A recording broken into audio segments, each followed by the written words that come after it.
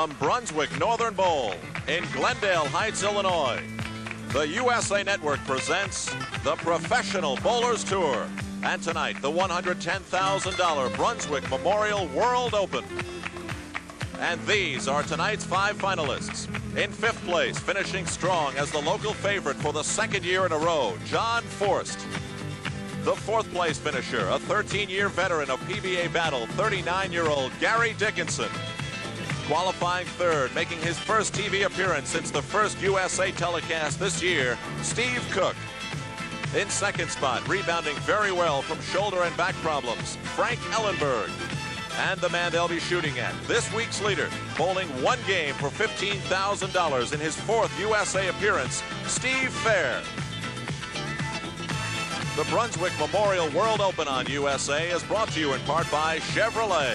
Chevrolet is USA One, and USA One is taking charge.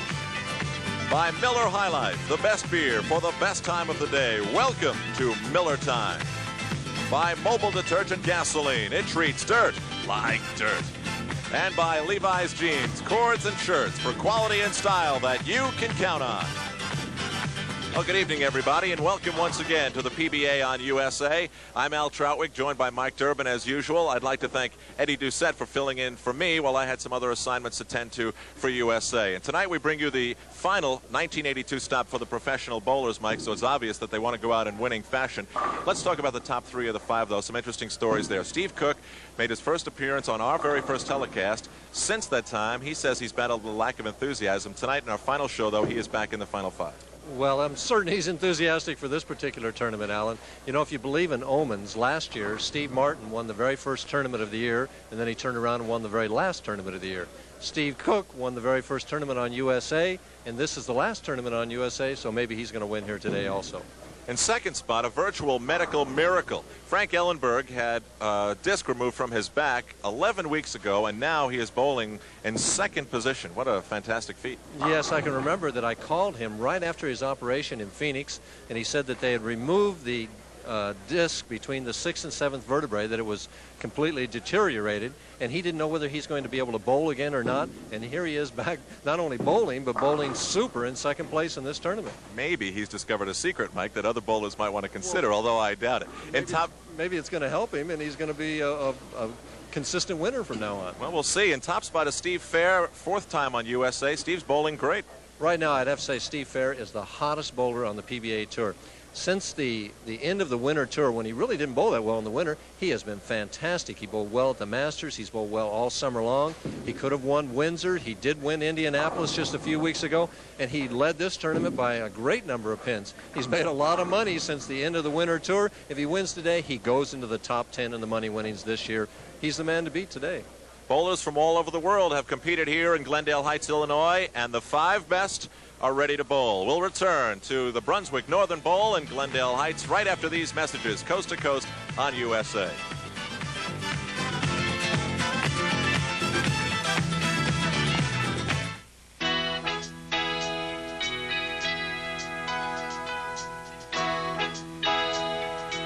We work pretty hard in this town, and I'll tell you, come 5 o'clock, you're pretty beat. But you always manage to catch your 2nd wind around 5:05. Welcome to Miller Time. It's all yours, and it's all mine. Bring your thirsty self right here. You've got the time, we've got the beer for what you have in mind. Welcome to Miller Time. The best beer for the best time of the day. Miller High Life. Bring your thirsty self right here. You've got the time, we've got the beer for what you have in mind. Welcome to Miller Time, yours and mine.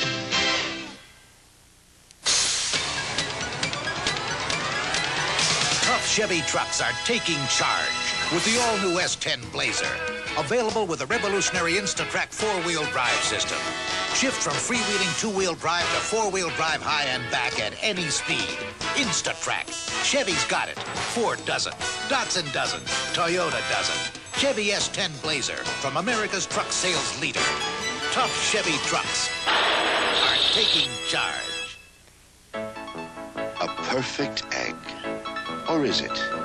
Magnified 20,000 times, you see imperfections you never knew existed. Look into a car's carburetor and you may see something you never knew existed. Dirt. Dirt that could impede your car's performance. Fortunately, you can wash dirt away before it accumulates with mobile detergent gasoline. It treats dirt like dirt. Ready to go, and in game one, the number 5 qualifier, the local favorite from LaGrange, Illinois, John Forst on the left, will meet the Texas Longhorn of the PBA Tour, Gary Dickinson, on the right. And with the traditional handshake, we will move on to game one. And here at Brunswick Memorial World Open, we use lanes 21 and 22. Gary Dickinson's going to be playing these lanes entirely different, playing outside on lane 21 and I think inside on 22.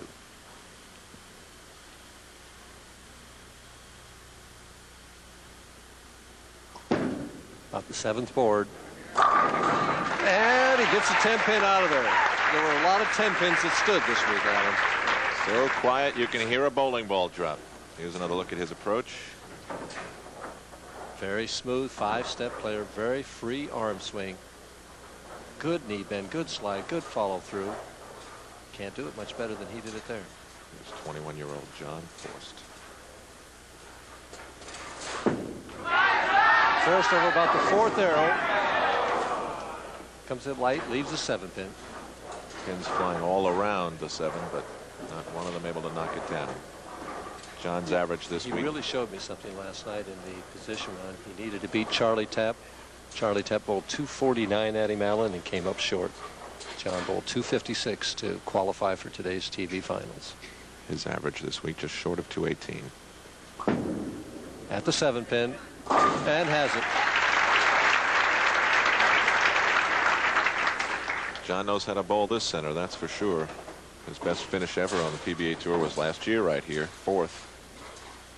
Most of his success has come on regional play. Has a lot of potential. Very smooth player, 5 steps, throws a very strong ball. Has that wrist just cupped around that bowling ball.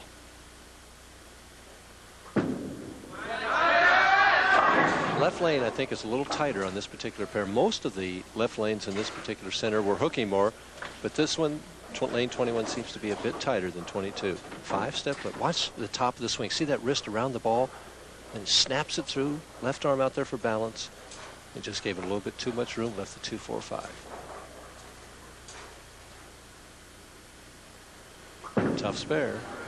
And jazz it. Right down the middle to knock him around.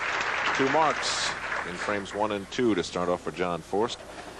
Now back to the familiar face of Gary Dickinson. Gary from Burleson, Texas, and his average this week, a 218.4.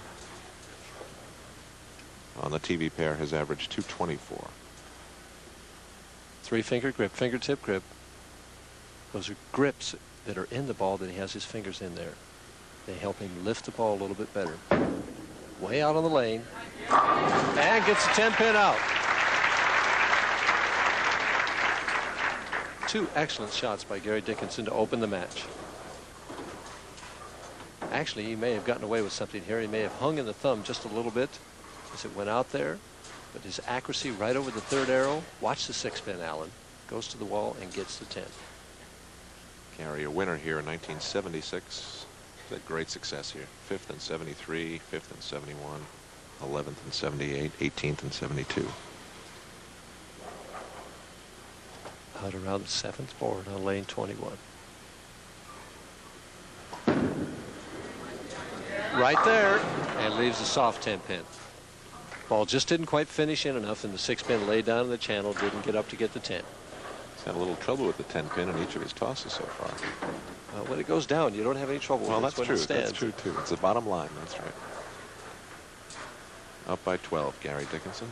Cross lane, and Gary uses only 2 fingers to shoot at his spares. Takes just one of the fingers out. Takes the ring finger out, uses just the middle finger and the thumb, and hangs on to make the 10-pin. Closer than he would have liked to have seen it. A lot of times they don't practice spares in the practice bowling before the television lights come on. Going back to John Forst. He lost to Gary Dickinson in match play. This is a different story. Right over the fourth arrow. Solid in the pocket, turns that 10 pin. Good speed, good turn. Excellent shot. You can really see he's pumped up here. Watch how high the backswing is. The power as he comes through and turns that around that ball right over the fourth diamond. Solid the pocket, and the 6 pin stayed low and got the 10.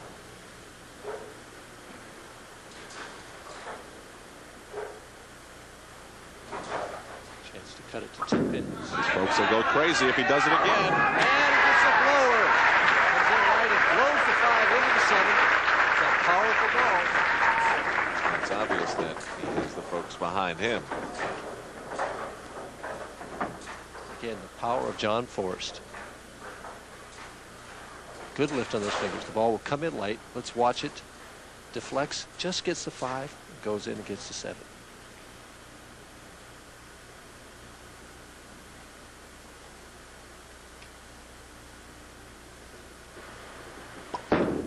Right over about 14. Board 14 comes in light and leaves the 7 pin.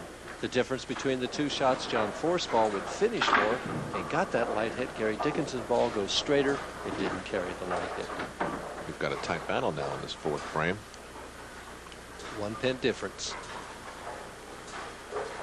Cross lane at the 7 pin. Should give Gary no trouble.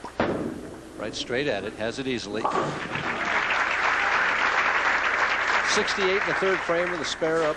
He's 1 pin ahead heading into the 5th frame. Gary's high game in this tournament at 269. And he's looking for his 8th PBA title.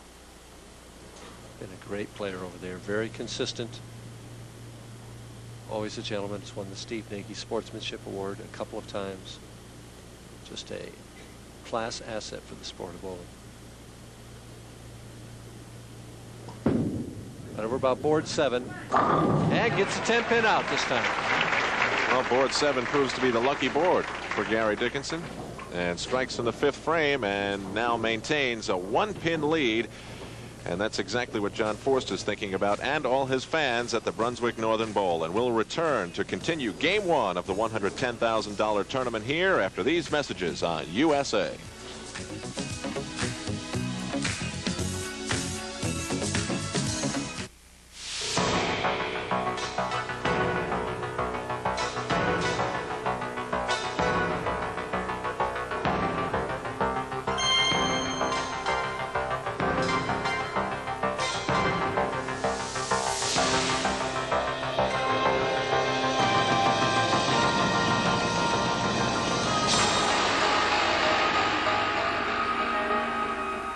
Brunswick, making bowling better.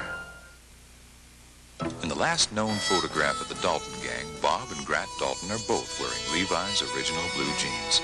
They probably never gave their choice a lot of thought, and 100 years later, Levi's jeans still give you a lot not to think about. Workmanship that'll never let you down. Comfort you know you can count on, and style that fits in without question. Levi's jeans. The more you think about them, the more you realize you don't have to. The legend lives on. A burning rivalry that's been stoked by off-season defections explodes this Sunday on a special edition of USA's MISL Indoor Soccer. The sizzling St. Louis Steamers head into an emotionally charged Kemper Arena to do battle with their arch foe, the fiery Kansas City Comets. Get in step with a very special edition of MISL Indoor Soccer, St. Louis and Kansas City, live at 8:30 p.m. Eastern on the USA Cable Network. Our coverage will not be seen in the St. Louis and Wichita areas. These Bruins are ready to start scratching and clawing in hopes of a national championship. This Friday on the premiere of USA's College Basketball 83. Pac-10 power UCLA roars into Salt Lake City, taking on the inexperienced but dangerous Cougars from Brigham Young. Soar with the premiere of USA's College Basketball 83. UCLA and Brigham Young, live at 9:30 p.m. Eastern, 6:30 p.m. Pacific on USA tomorrow. This good-looking guy is the alternate here in Glendale Heights. Charlie Tepp finished 6th. One of the truly funny men on the PBA Tour, as you get a hint of just looking at him there. And now John Forst back onto the approach, and his family well represented. Mother Ruth, Father John, and his brother Ken is also here. And you can see, come on, John. Down by 1. Can take the lead here.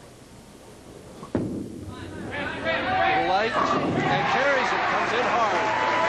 We get a great view when John doesn't get in the way of the shot here. From behind here, we can see his ball finish, and it really finishes strongly. Right over, this time the ball goes about 419. He swung it out about a board. I thought it might be light here, but it just finished solid into the 1-3 pocket. All 10 pins in the pit. 3 straight strikes for John Forst. Now bowling in the 6th frame, leading by 9. And a re-rack. Re-rack on the left lane, lane 21, and tie over that first re-rack again. May not have been that the pins were off spot there. He wanted to buy a little time just to relax.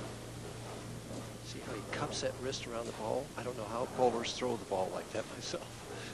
It certainly doesn't look comfortable, does it? And he made a bad shot, got away with it, left only the 4-pin. As Harry Golden would say, it's an ooh and an ah shot, no question about it. He just turned this ball a little early, and it was short, left of his target. Follow through went right. He knows it's going to be high. He says, come on. And it almost carried. Bounced around there pretty good, just wouldn't fall down. At the 4-pin, right straight in it. Has it easy. Well, marks all the way for John Forst, and an 8-pin lead for him. Gary Dickinson now back up. A nervous glance by John Forst up at the electronic scoreboard here.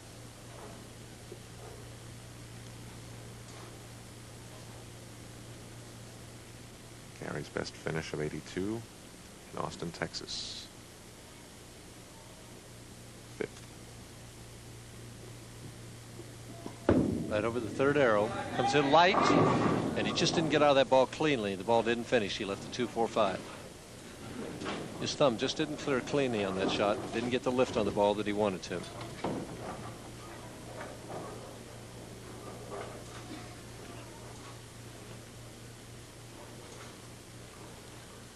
Straight at the 2-4-5.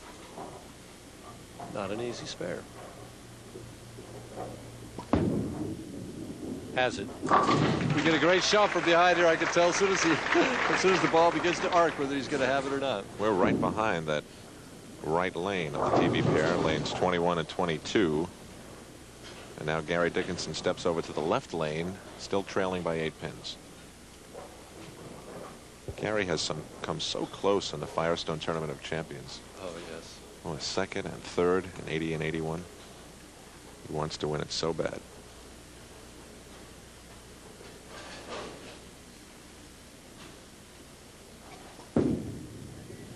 Again, the outside line, leaving the weak 10 this time. Doesn't get the 10-pin out.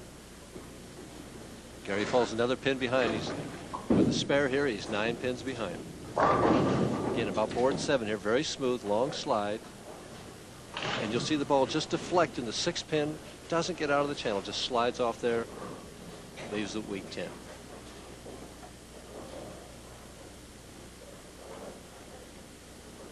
Cross lane at the 10-pin with 2 fingers.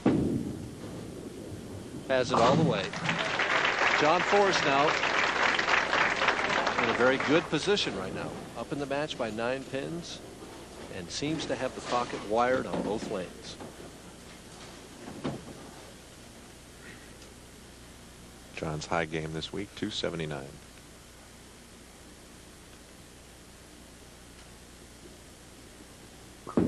Right over the 4th arrow. Solid 4-7. Great shot. The pin, that 2-pin just jumped right over the 4-7 here. Too much power on this shot. See his eyes right on the target. Lets it go. At this point, he thinks it's a strike. Now his reaction. Disappointment, anger.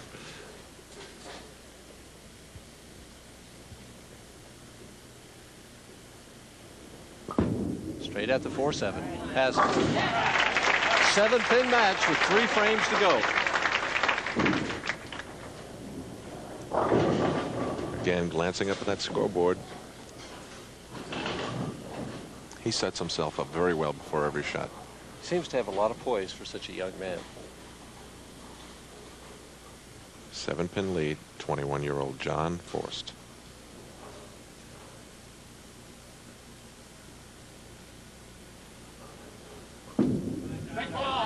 Light, and gets the light hit. Mixes him up as the crowd reacts.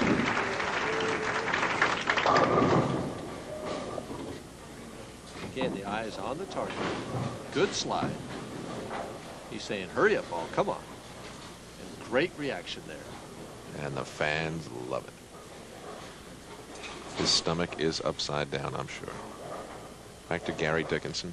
Got that adrenaline going on. You can handle it. Down by 7. A little light. And he gets the light hit off the wall.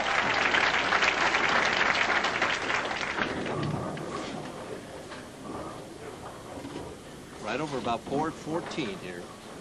Comes in light. The head pin will go to the wall. Classic wall shot there. Comes back and gets the 4-5-7. And a re-rack again on the left lane, this time for Gary Dickinson. And this is a very important shot for Gary Dickinson right here. He's 7 pins down, can take the lead by 3 pins with a strike here and prevent John Forst from having the opportunity to strike out and close him out. Both bowlers with 4 strikes.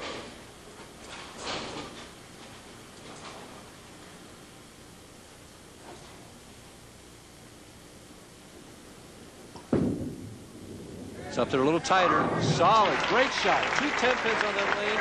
Got it up there tighter in the pocket. Takes the lead by 3 pins. That was a big shot. 9th frame, John Forst. It is a big shot. Right now, John Forst is potential 244 if he would strike all the way out. That would be a winner. Because the best Gary Dickinson can get is 237. John needs this one.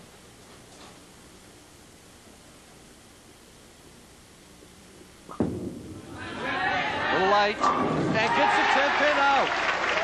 Great reaction there.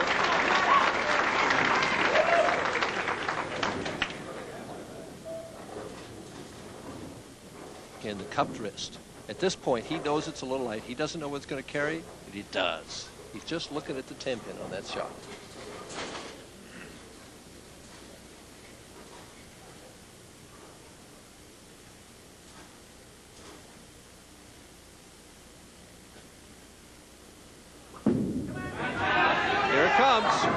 Week 10. Same shot. 6 pin, just didn't get out and get the 10 this time. He's still up by 6 pins. Needs to make this spare and strike, and he'll finish with 223.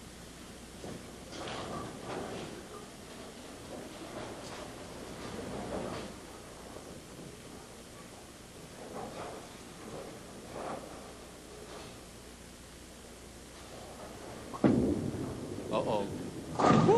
Just hung on and got it. He flattened that ball out at the 10 pin, but I didn't know whether it was going to hang on and make it or not. Needs a full count now. Finish with 223. Will force Gary Dickinson to get the first strike in the 10th frame, 7 pins and a spare to win by a pin.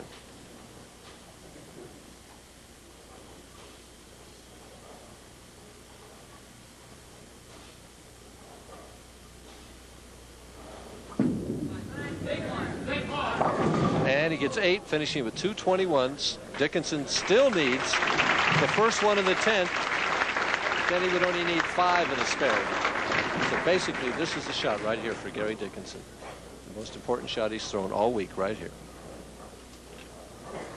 It's been a long time since Gary's been in the winner's circle. Since 1980. He is a great clutch performer. I'd be willing to bet right now that this ball will be in the 1-3 pocket.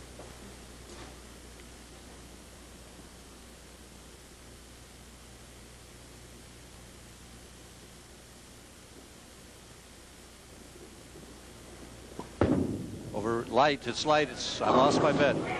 He just didn't, and John Forst is the winner. The 2-5-7, and he just didn't throw that ball well at all. seemed not to get out of the thumb cleanly, and the ball slid, did make it up. And John Forrest has won his first match on television. As Gary makes a split.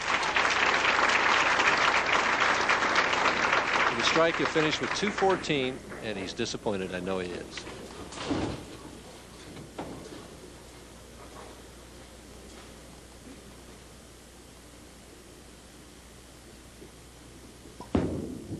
That's the shot he was looking for.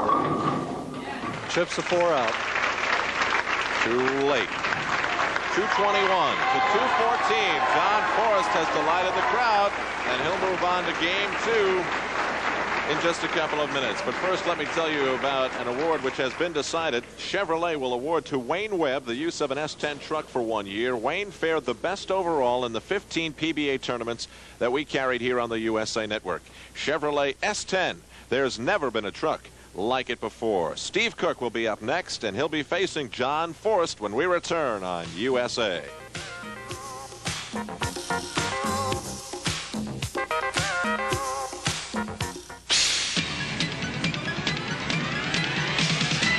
We are USA 1. Taking charge by unleashing a Chevrolet the competition can't touch.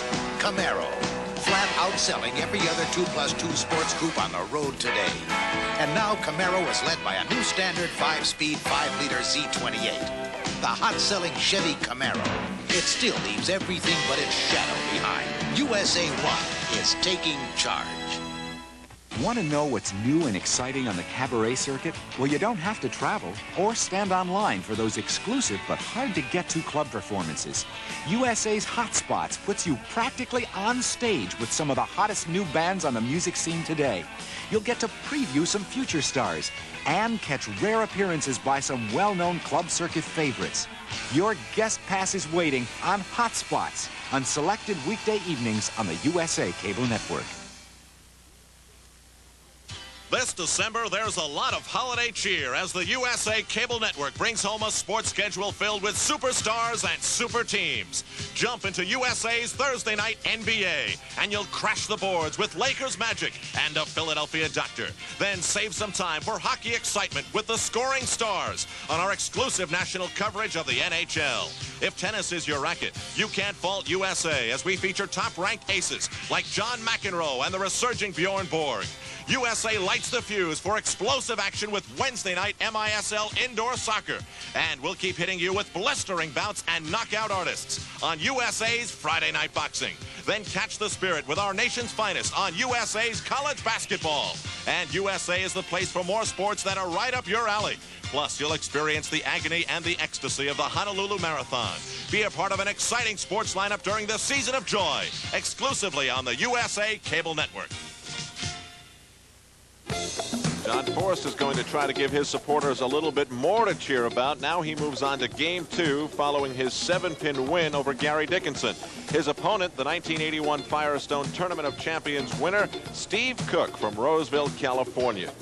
Steve, an interesting story in that he appeared on our very first telecast back in San Jose in the summer tour. And now on the final stop in 1982, he makes a reappearance on USA. And Steve, his record on television is a remarkable 15-5, Mike, and that's got to be something that John Forrest is thinking about. But before we move on to Game 2, a short conversation with Steve Cook. I spoke with him earlier.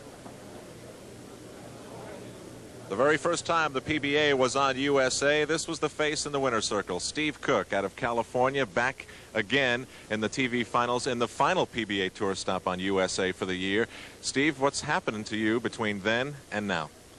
Well, Al, I went on a streak after San Jose. We had, I think it was like 3-week break before the next USA stop, and I came out and started bowling, but I just really didn't feel like bowling. And I bowled really bad in the summer, and then we came out in the fall, and I really felt like I bowled good. And it seems like everything turned around this week. There is a tremendous psychological part to bowling, isn't there? I mean, it's just like any other sport. If you don't want to bowl, your success is just not going to be there. Yeah, that's what I felt like when I got back off the summer tour. You know, I got back home and I started analyzing my game, and I think the reason why I didn't bowl is, you know, good on the summer tour, because I just didn't feel like bowling, and I don't think I'll ever do that again. You know, if I don't feel like it, I just won't come out. What about the tour wore you down? Well, the way it was set up this year, we had like 21 straight weeks from January till San Jose, the tournament after San Jose, and I think it just got hard on me, and I just needed a break. I was speaking to Mike Durbin before. He said you might be using a part of the lane that some of the other bowlers tonight might not be using, and that could be to your advantage. Do you agree? It's definitely a possibility. I'm the only lefty on the show, and I'm going to be playing right around the second arrow, hopefully, and they're going to have 4 guys playing on the the right side of the lane, and it could change a lot. Steve, you're a big guy, and obviously the ball you throw has a lot of power behind it. And we've seen a lot of heavy throwers on the tour, Mark Roth, and then we've seen some players that would be qualified as finesse bowlers. You kind of feel that your style of bowling is the more successful way to go? Well, I feel like I throw a strong ball, but I really don't feel like I'm up there herky-jerky. I feel like I'm pretty smooth, and it just seems the way I release it, I get a good, good strong ball with it. Steve, you started on top. Good luck to you in finishing on top in 1982. Thank you. It will certainly be interesting to see what happens here. Big Steve Cook, also known as the Cookie Monster, steps up onto the approach in Game 2 as he shakes hands with John Forst, who now probably isn't nervous at all. That first game is long forgotten. Well, he's still probably very pumped up, but some of the butterflies will be gone now, and a lot of times when you get that first win on your belt, you're hard to hold back. 25 years old, Steve Cook. Here we go.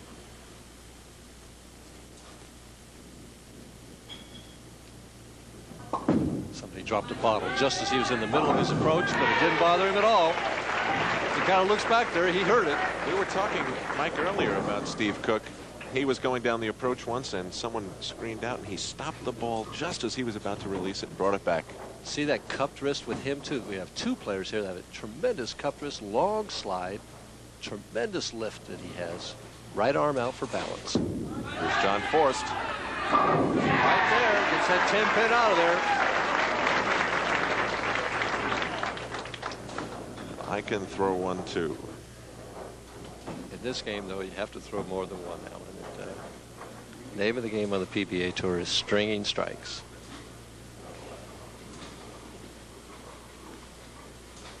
John can take a quick 10-pin lead, put some pressure. See that cupped wrist around there, just like Steve Cook. And Grandma's teeth, they call that, the 4-7-9-10. What do they call that? Grandma's teeth. A little bit short with the shot. Left of his target, he rushed just a little bit. The ball bites the lane here. It's right through the heart of the pins, and he gets the full penalty. This is a makeable split. You hit the 4-pin thin on the left, and he has a chance. No, didn't get over there enough. 8 out, 18-26, and Steve Cook takes an immediate 14-pin lead. John left 2 of the teeth standing, and Steve leads by 14 pins. Steve's average this week, 220.5. And on the TV pair, right here, he averaged 242.5. He's had great success on these 2 lanes. Now, Steve has his hand twisted all the way around that ball, and he cups it right there, turns back around. Wham! Boom. What a result, huh? A double to start things off for Steve. He certainly knows how to take advantage of people on television. Very smooth for a big man. Tremendous lift and turn. Those pins never had a chance. That's a mismatch there. Takes a re-rack on the left lane. Interesting, the right-handers have taken re-racks on the left lane, and now the left-hander takes a re-rack on that same lane. Steve's only frustrating TV appearance this year came in the Firestone Tournament of Champions, where Steve was defeated by the man sitting next to me, Mike Durbin, 233-203.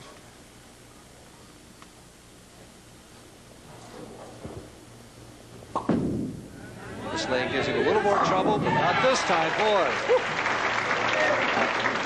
What a way to start. He's throwing That's why he has a 15-5 record on television right there. Forst finds himself behind by 34 pins before he can blink. Back in the pocket, gets the 10-pin out. Right now, Alan, he needs to strike on this left lane right away. He has to get back into this match, put some pressure on Steve Cook. Back at the approach, 5 steps. Again, very smooth, tremendous turn. Watch the 6-pin. Gets that 10 right out of there. See what kind of adjustments he makes on this left lane. Went high the last time. A little slower. And he's high. Trips the 4-pin out of there. Even he didn't think that was going to happen, but it did.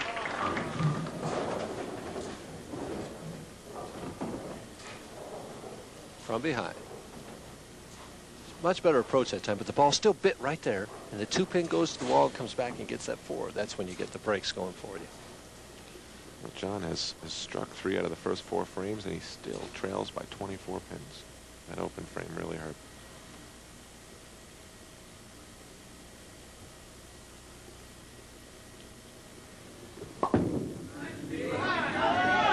And Steve's puts Forrest right back in the match. He leaves the 6-7.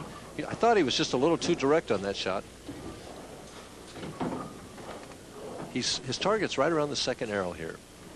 And at this point, he just kind of points the ball about board 11 or 12, and it bites a little too high. And he gets one of them out there, but still has the 6-7. It'd be interesting to see if he plays for 9 out or goes for the split. It looks like the way he's taking this much time that he's going for the split.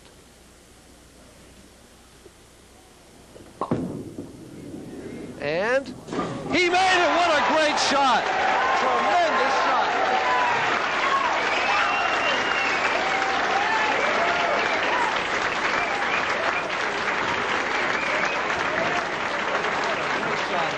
As a video game is playing in the background, and I could hear it, Steve slides the 6 into the 7. Tremendous shot.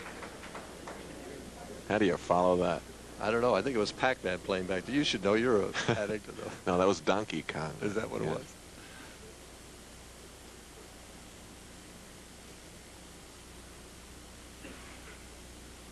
Steve keeps a 22-pin lead and has to really be pumped up now. Right back in the pocket. Solid 7.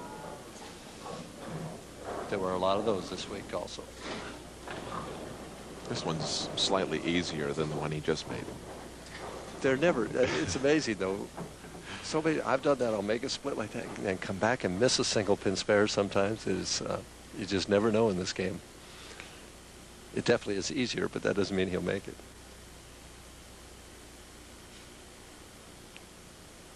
A lot of speed, not much turn, and he hasn't.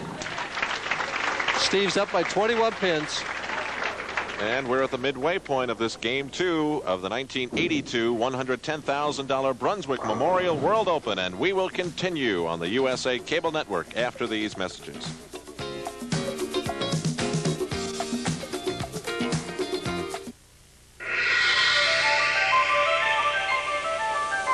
It can travel clear across the world in a second, yet it uses less energy than a model airplane. It's your telephone, and someday soon you'll wear it on your wrist. This has revolutionized the way we see the world, and in a year, the way the world sees it will be revolutionized too, with a flat screen set that fits in the palm of your hand. These are the tools and toys of technology, the wonders you'll find right here in Technology Illustrated, the fascinating brand new magazine that can help you understand the technology we use, tell you how to make the most of it, and show you the shape of the future today. You'll see how technology works and plays, how it speaks to man. It's 12:48. Please hurry. And listens to the stars. It's all yours to discover in Technology Illustrated, from computers that create art to state-of-the-art home computers, from space stations that watch the Earth to video discs you watch at home. Technology Illustrated will show you how medical science is making our bodies stronger, our lives longer, how technology is mapping the force of the sea and tapping the heat of the sun. Technology Illustrated. Call toll-free for the magazine that will help you understand and appreciate it all. Technology Illustrated. See how it works for you. Call toll-free 1-800-228-2211 to become a charter subscriber. You'll receive 12 exciting issues of Technology Illustrated for the low introductory price of just $12. Plus, if you call now, we'll send you a bonus issue absolutely free. That's 13 issues in all. So call 1-800-228-2211. That's 1-800-228-2211 for Technology Illustrated and your first issue free.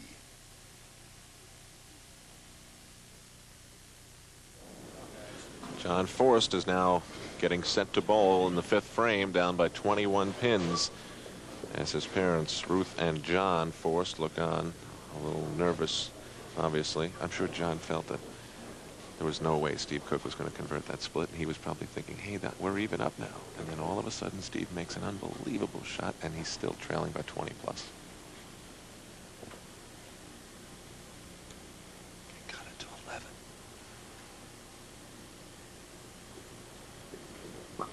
Right over the 4th arrow. Solid in the 1-3 pocket. Boy, he's got that right lane just wired. He's certainly not lacking in the support category. And he did indeed make it 11. Again, deep inside angle. Right over the 4th diamond. A lot of turn and speed. Solid. Just perfect shot. Let's see what adjustment he makes here.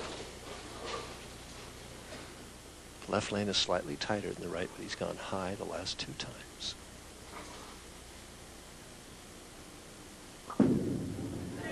Right there. And there's what... I left a lot of those this week. Solid 10 pin. Everybody left a lot of those this week.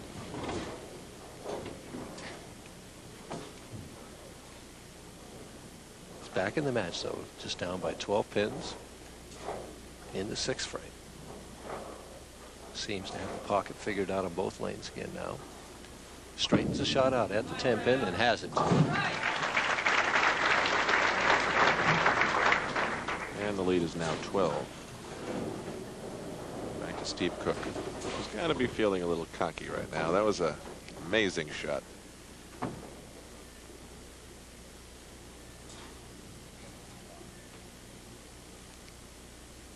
Steve holding the ball down low. He changes his push-aways from various times. Over the 2nd arrow. Comes in light. Is he going to get it? Nope. Leaves the 7 pin. He gets a lot of strikes, and those pins come back off the wall, those messenger pins. And there's our leader, the commissioner of the PBA, Joe Antonora, looking at the score, figuring out that Steve Cook, if he makes this spare, is 11 pins ahead. If he would miss it, we would be dead even. Full house looking on. See him count the boards with his foot there? As he was moving over, he's got exact number of boards where he stands to make that 7 pin. Right at it. A lot of speed, not much turn, makes it easily.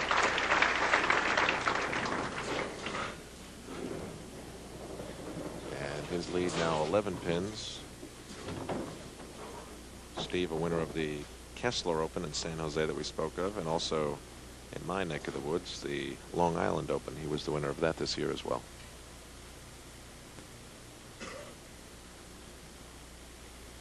Sets himself very carefully. Takes a lot of time. Very good in the clutch.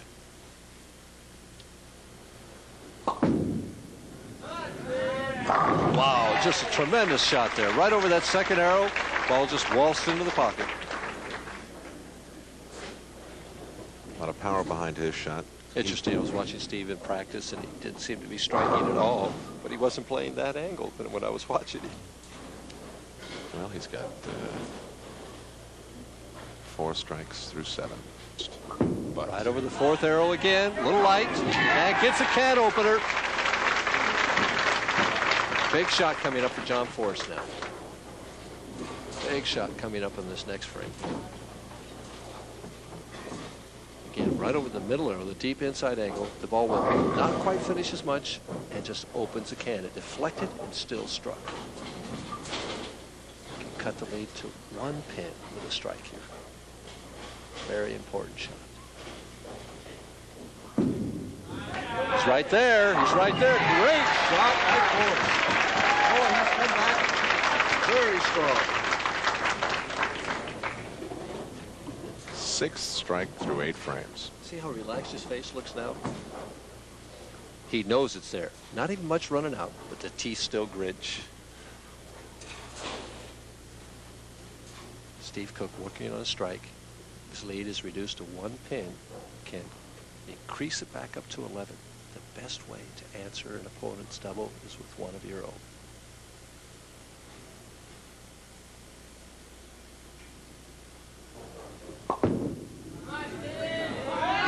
Great shot, boy. That's why his record is 15-5 on TV. Tremendous shot. He just split the board right here, right over the second arrow. He knows it's there. He's down on a knee. Back to 11 pins. Going to the 9th frame.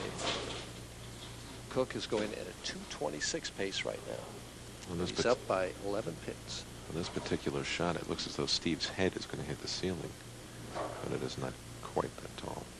He's 6'7".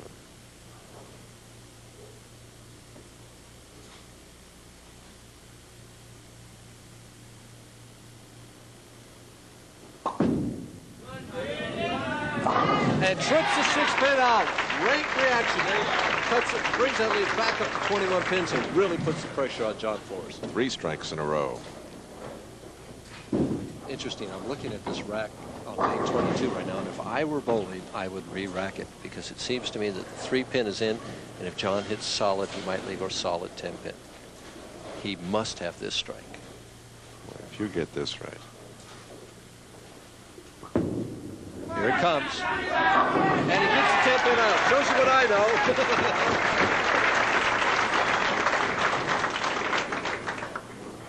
I would have been amazed, Mike. They look perfect to me. Back to 11 pins. Can cut it down to 1 pin with a strike here. The man is certainly bowled well. Cook's not even watching him. He knows what he has to do.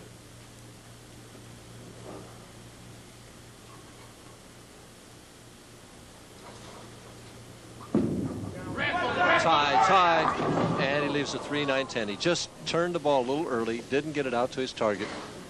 3-9-10, and he's got to make this to have any chance. He has to make this split.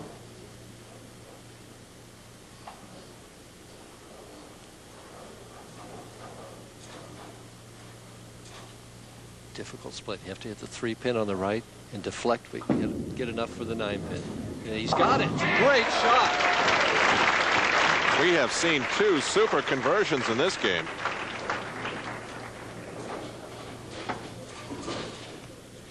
Amazing here. Tremendous pressure bowling. Watch the ball. It'll hit both the 3 and the 9, but deflect to get the 10. Perfect shot. He was aiming maybe at a 1/16 of an inch, 1/4 of an inch down there at 60 feet. Some pretty fancy bowling. Down by 14. Last shot. Try again. Same shot and gets 8 this time for 220. Steve Cook is going at 236 right now. At least he's consistent. 221 in the first game, 220 in this game.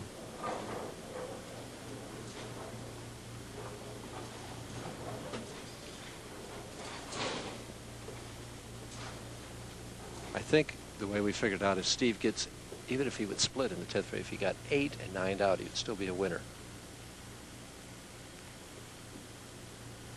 Just needs to avoid disaster. Give it more room. And it comes back there. He's a winner right there. It's fine. Leaves a 7 pin. He's won the match. And we'll move on to bowl Frank Ellenberg. And his record now moves up to 16-5 on television. Tremendous.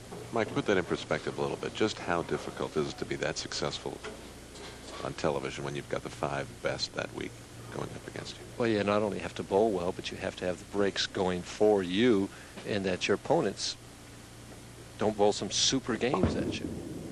You know, you could be bowling well if he bowled 230 this game, but if your opponent bowls 250 at you, you still lose.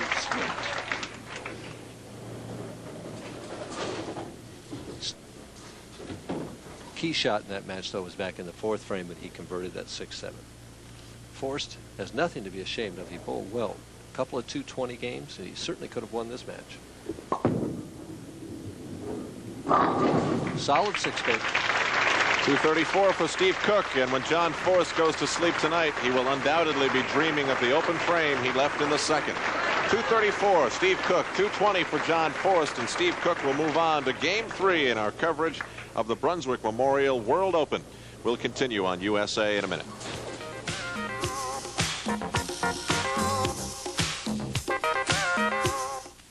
I can tell who's headed for the top simply by the way they dress. Like this hard-working young man. He's wearing Levi's Action Wool slacks.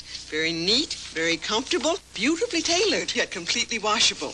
Action Wools tell me he's on his way to the 28th floor. Of course, you don't have to wear Levi's Action Wool slacks. It's your choice. The elevator goes up. The elevator goes down.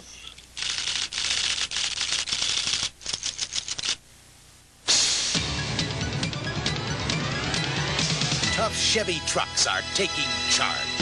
America's hottest selling new size pickup, Chevy S10, just got hotter with a revolutionary Instatrack four-wheel drive system that lets you shift from freewheeling two-wheel drive to four-wheel drive high and back at any speed. You can't do that with Ford, Datsun, or Toyota. Chevy S10, there's never been a four-wheeler like it before. Tough Chevy trucks are taking charge. $250,000. The second annual High Roller Tournament is bigger and better than ever. Come to the Showboat Lanes in Las Vegas on July 4th, 1983. Bowl and scratch single match game eliminations. Win 11 games and become $250,000 richer. This year, all PBA members are not eligible. The High Roller Tournament is sanctioned by the American Bowling Congress. Cash in more than once from the huge High Roller special prizes. The field is limited, so don't be shut out. Call toll-free 800-257-6179.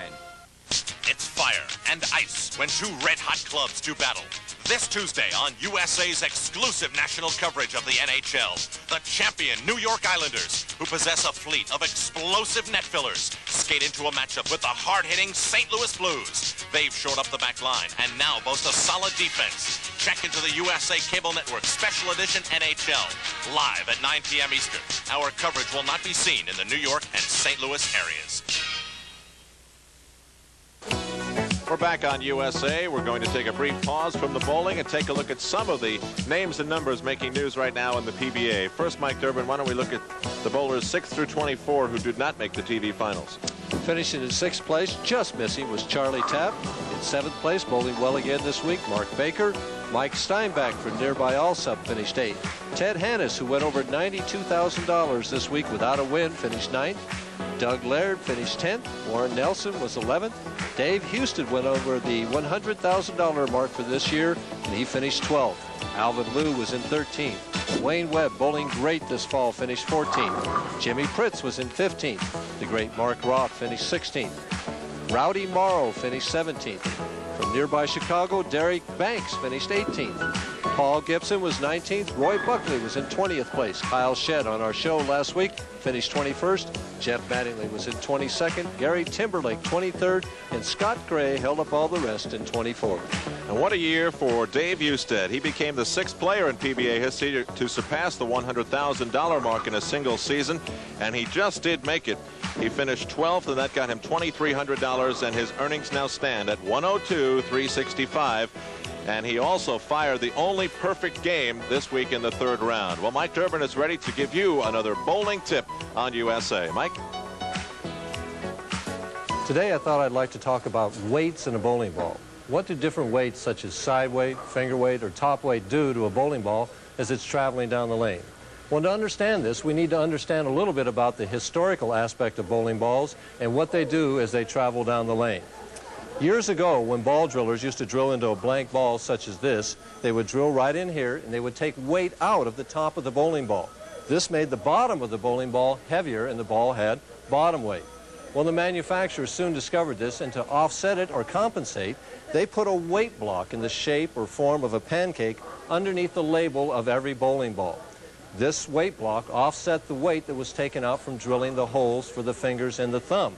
Well, ball drillers soon discovered that if they shifted this label in different direction, they could put different weights in a bowling ball and cause the ball to do different things as it went down the lane. Well, again, the question comes, what does the ball do as it goes down the lane, and how do these weights affect it? Well, let's take an example here. Let's suppose that I'm throwing this ball, and the ball is traveling in this direction, and you are the pins, and I let the ball go with my fingers at about 3 o'clock, and I'm a right-handed player. Well, it comes out of my hand, and it's heading towards you, and it's spinning in this direction as so. It will continue spinning like this as long as it meets non-friction. That is, as long as it meets the oil or dressing on the lane. As soon as it meets friction, or the drier part of the lane, it begins to turn on its axis this way, like so. This turning process is an ongoing process. The ball's still going toward you, and it is called precession. The ball precesses. Now, as it finishes precessing, it begins to go into a roll this way, thumb first, into the pins. And this is where the weights really come into play. Weight on this side of the bowling ball draws the ball into the pocket and tends to make the ball hit the pins harder. It's known as side weight or positive weight. Weight on this side of the bowling ball, now this is for a right-handed player, tends to hold the ball back from coming in, and my finger lift has to be strong enough to overcome it. It's known as opposite pocket weight or negative weight. Weight up here by the fingers generally works the same as positive weight, only not as great. And weight down here at the thumb generally works the same as negative weight, but not to the degree that negative weight does.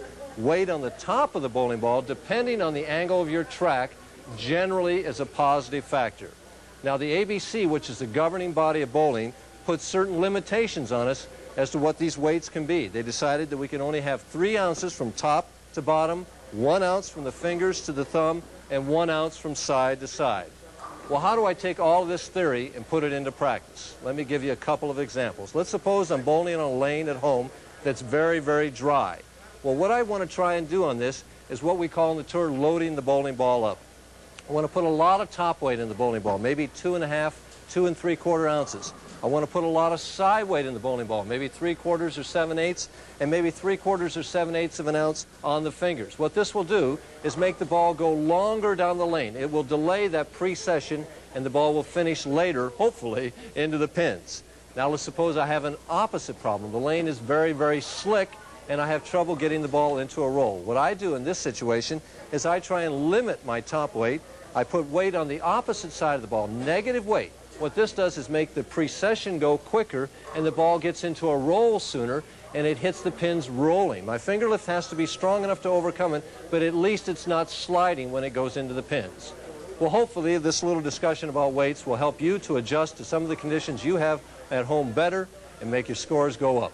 We'll see you again in a few weeks.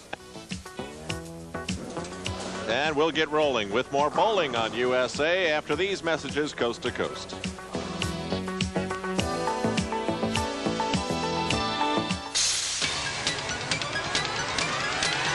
Tough Chevy trucks are taking charge with the all-new S10 Blazer. Available with a revolutionary Instatrack 4-wheel drive system. Shift from freewheeling 2-wheel drive to 4-wheel drive high and back at any speed. Instatrack. Chevy's got it. Ford doesn't. Datsun doesn't. Toyota doesn't. Chevy S10 Blazer from America's truck sales leader. Tough Chevy trucks are taking charge. Here's to good friends. Tonight is kind of special. Congratulations, you coached a pretty mean game. Well, I had a pretty good teacher. Did I teach you the part about the winning coach buying the Lowenbrow? You got it. Give me 10 minutes. I gotta go yell at my players. When you want the taste of a truly great beer, tonight, let it be Lowenbrow. So tell me, what'd you say to your teacher? Told him we were out-coached. Hi, and welcome to Utopia. It's an evening with Utopia, live in concert Thanksgiving night on the USA Cable Network. Let me be your protection. Keep the vampires on your neck. Sample your wine and sleep so near that you'll never have a thing to fear. Utopia, performing live from LA and simulcast in stereo on your local FM station. Utopia is Todd Rundgren, Kazem Sultan, Willie Wilcox, and Roger Powell.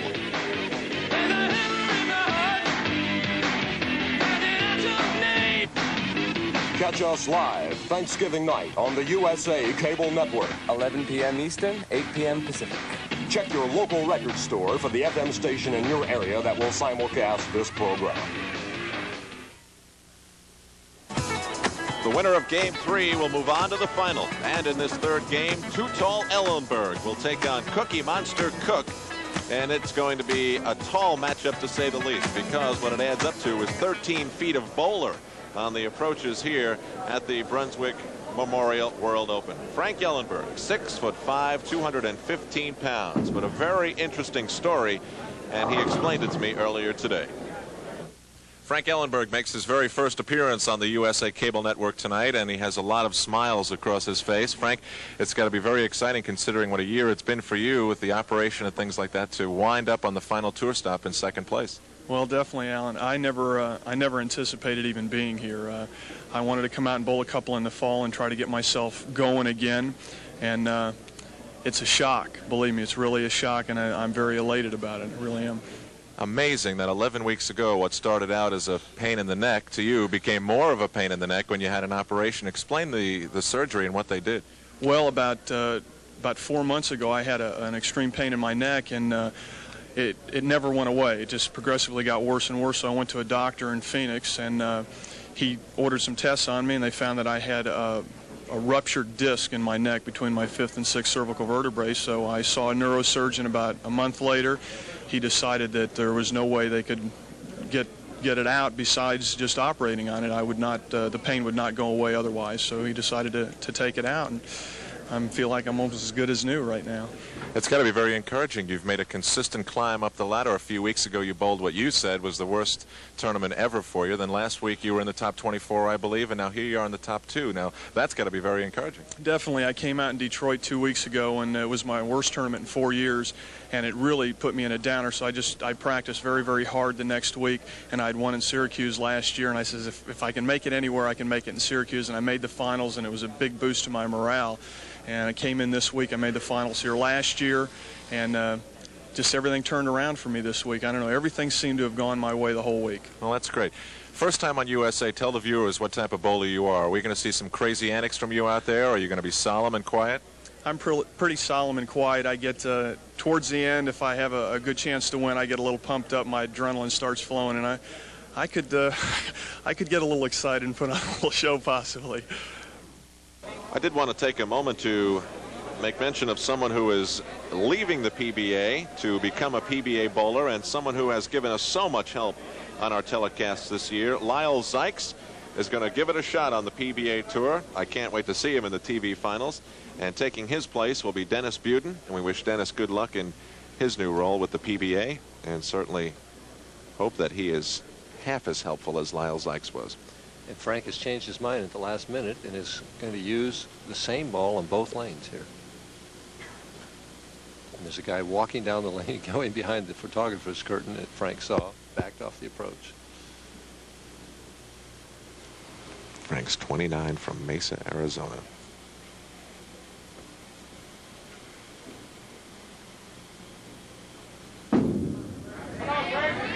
Right there, great shot to start out with.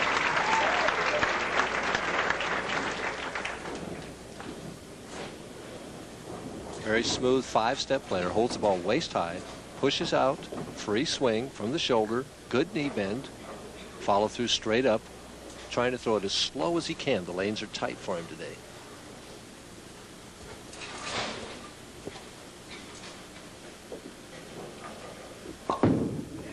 Steve Cook right over the second arrow, goes high and has the 4, 6, 10, and immediately, unless he can throw us a conversion of this, gives Frank Ellenberg the lead. Frank Ellenberg has not even picked up his head. And just a little right of his target, the ball snaps through here. Whack. Had the Greek church up there for a while. Very hard. See if he'll bounce out. And he got it going the right way. Wow. Little smirk on his face. Steve Cook happy with making the one before. Well, maybe he's got the bad shot out of his system. Well, he certainly showed the ability to be able to come back many times in that impressive television record. 5 years a PBA member.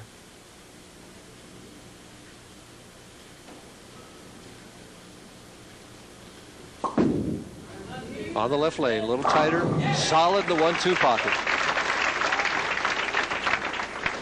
Frank now has an opportunity to take the lead in a hurry, and against Cook, you better do that.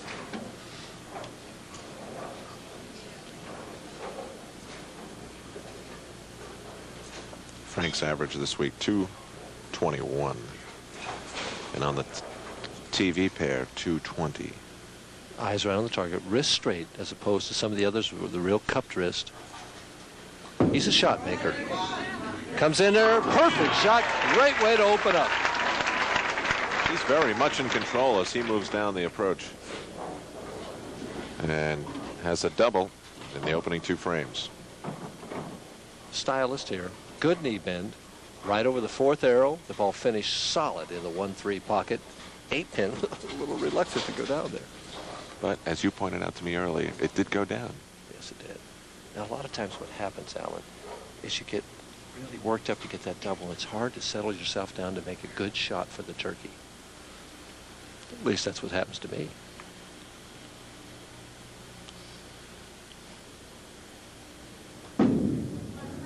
Here it comes. There's a solid 10 all week long. That's what we've been leaving. Haven't seen that many on the show, but believe me, there were a lot of them left. Frank made a great shot here. Watch the follow through. Good follow through. The 6-pin flies right over the 10.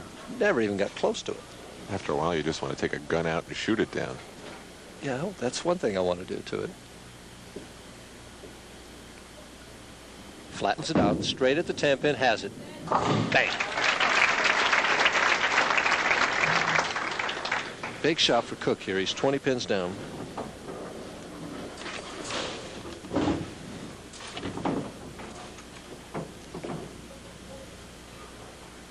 Steve Cook down by 20. High game this week, 279. Low game, 162.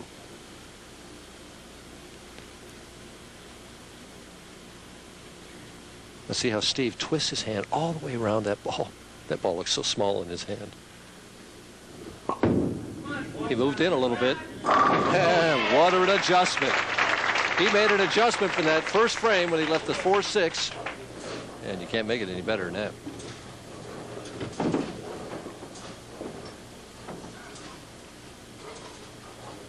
Pow. Great shot there. Just a super shot. We're seeing tremendous bowling here today, Alan. The lanes are not that easy. The bowlers are really performing well.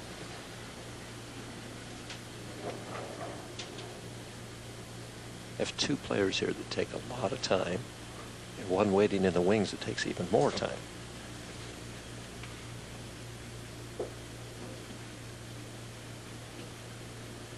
Steve can even up the match here. He was right there, solid 6-pin. Just finished a little hard. Looked to me like his thumb went down just a little bit. And what I mean by that is he turned the ball just a little early, and it was right of his target.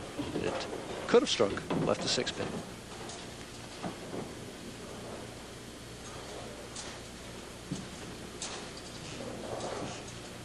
The winner here bowls Steve Fair for the title.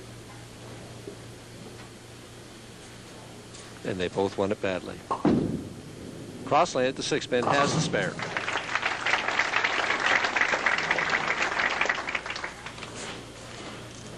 Up by 11 pins. Back to Frank Ellenberg, a one-time PBA title winner.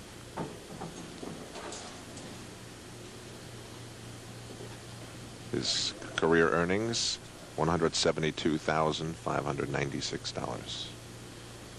My wife on the right, Kathleen, and Harry Golden's wife, Dottie, on the left. Pretty nice looking duo, wouldn't you say, Mike? Definitely. Not getting caught in that trap. Right over the 4th there, a little light, and gets the 10-pin out of there. Not as good a shot as the one frame before, but that one struck.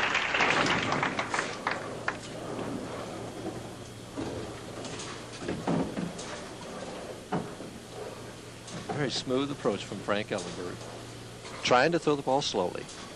A little light, and just open. I don't know what hit the 10-pin. I think the breeze knocked it over maybe or something.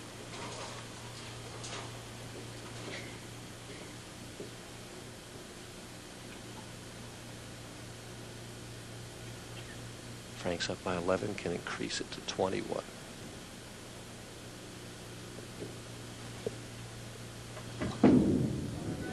Right there, right there. Oh, and there's the solid 5.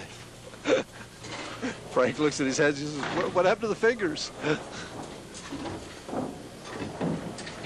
Well, he's still having a good time out there. Well, when you throw a shot like that, all you can do is say, well, did anybody get wet? I mean, it's just... 11-pin lead, 5th frame. I've thrown many of those in my career. Has the spare. Mike, every time I see these devastating splits, you tell me that you've thrown a lot of them in your career. We'll be right back for the continuation of Game 3, Ellenberg and Cook, right after this on USA.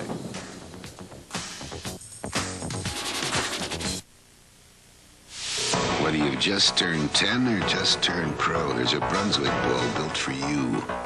Built like only Brunswick knows how to build them. In the weight you need. The colors you want. For pinpoint accuracy. Explosive power. Built to take out pins like a charge of dynamite. That's Brunswick. That's dynamite. Brunswick, making bowling better. We are USA 1, taking charge with a shape that turns air into an engineering ally. Celebrity, so aerodynamic it uses less than 12 horsepower to cruise at 50 miles an hour. So efficient, its mileage estimates beat even some smaller, less roomy imports. The front-wheel drive Celebrity, a new generation Chevrolet. USA 1 is taking charge. It's an in-state showdown this Monday on USA's College Football 82. The Yellow Jackets from Georgia Tech, who can sting any unwary opponent, meet Herschel Walker and the awesome Georgia Bulldogs. Georgia Tech and Georgia at 12:30 a.m. Eastern, 9:30 p.m. Pacific on USA Monday. These Bruins are ready to start scratching and clawing in hopes of a national championship. This Friday on the premiere of USA's College Basketball 83. Pac-10 power UCLA roars into Salt Lake City, taking on the inexperienced but dangerous Cougars from Brigham Young. Soar with the premiere of USA's College Basketball 83. UCLA and Brigham Young, live at 9:30 p.m. Eastern, 6:30 p.m. Pacific on USA, November 26th. The Bearcats run into a storm when Cincinnati meets the Hurricanes of Miami. Catch College Football 82 excitement at 5 p.m. Eastern on USA Sunday. Steve Cook back on the approach, trailing by 11 pins. 1 win away from moving into the final. As Steve Fair warms up, 7 or 8 lanes to his right. Packed house. Steve seems to have the pair figured out. Frank concentrating on what he's going to do, not paying any attention to Steve Cook, just looking down and thinking about how he wants to throw the ball the next frame up. Steve Cook is moving in, swung that one more. It's not going to get back, and he leaves the 397 or 379. One bad shot, and he got the full penalty. And he's really put Ellenberg in the driver's seat here now. He just missed his target. I was sitting right behind. He threw it out at least 2 or 3 boards, and it comes charging back. But that's facetiously known as the PBA washout. What he'll do is throw hard and straight at the 3-9 and hope that it will bounce over to the 7. Hard as he can throw it. And he gets 2 of it and almost bounced around and came back and got the 9-pin. Great try. And right now, Ellenberg has a commanding 25-pin lead going to the 6th frame.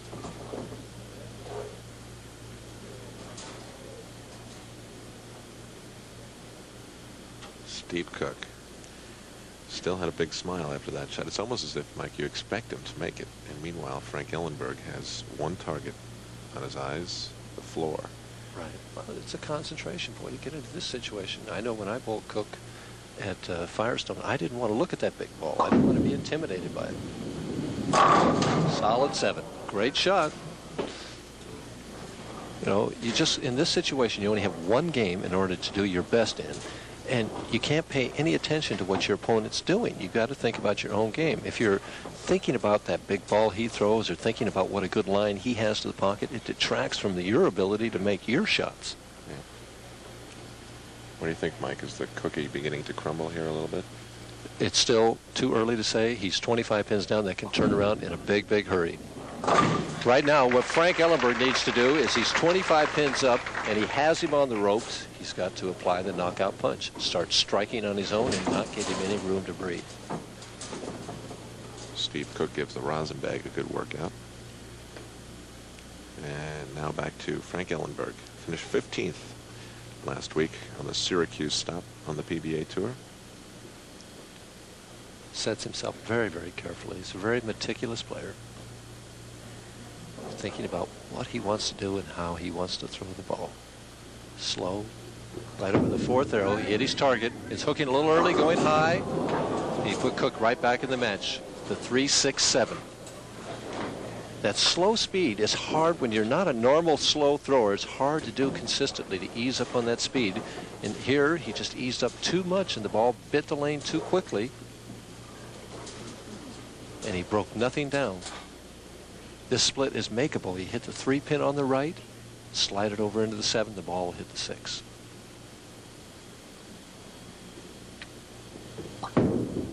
Has a chance, and just missed the 3-pin. It slid by it. And now we have a 10-pin match where it was 25. It's suddenly back to 10 now. I really think Frank needs to pick up the speed just a little bit on this pair, but he's trying to throw the ball too slowly.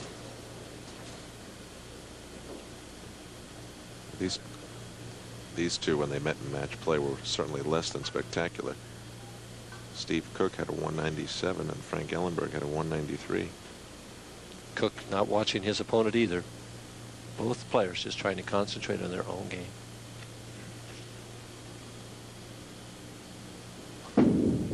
Still throwing very slowly. Solid 10. Boy, great shot. Just left the 10-pin. 7th frame action. Frank can't throw the ball any better than he threw this one. Straight arm swing. Over the 4th arrow, the 6-pin will fly right around the 10 and up and around it. Steve Fair continuing to warm up. You heard his ball hit the pins a few lanes away. Frank flattens the ball out at the 10-pin.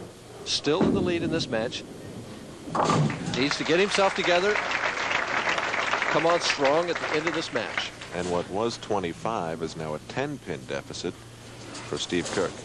Well, Cook has seen new life, and a lot of times what happens when your opponent doesn't put you away like that, it gives you life, and you say, hey, I'm back in this, I can still win.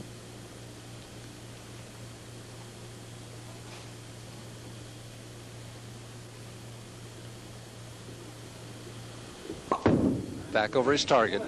Comes in light, blows him out of there, and he's in position now with one more strike here, can even the match.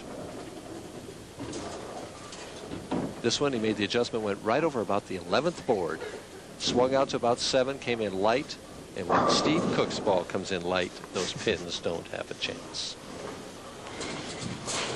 Pounds that rosin on the finger holes and the thumb hole.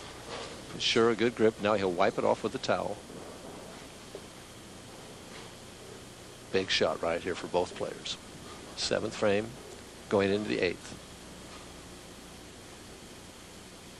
There's his grip, twisted around that ball.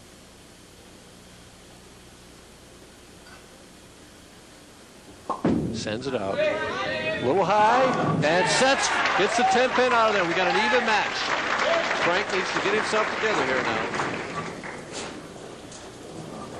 Boy, Frank Ellenberg left him a little opening, and Steve Cook took large advantage of it. Sure did.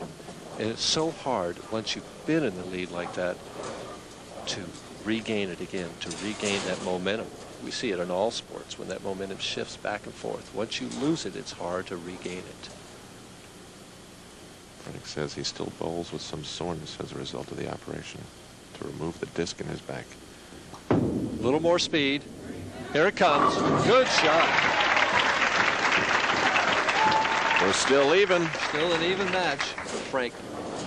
must strike here in the ninth frame, not only to take a 10-pin lead, but he keeps himself alive, and Steve Cook from having the opportunity to strike out and lock him out. You see his blue eyes right there concentrating on that target.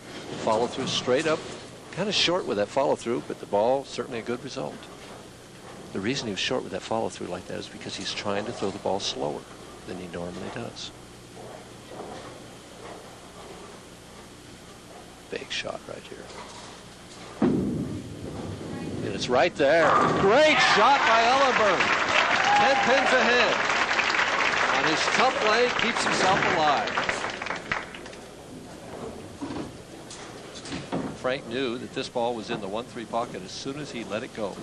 He's let it go now, right over the target. Now he's running back. Watch his right hand.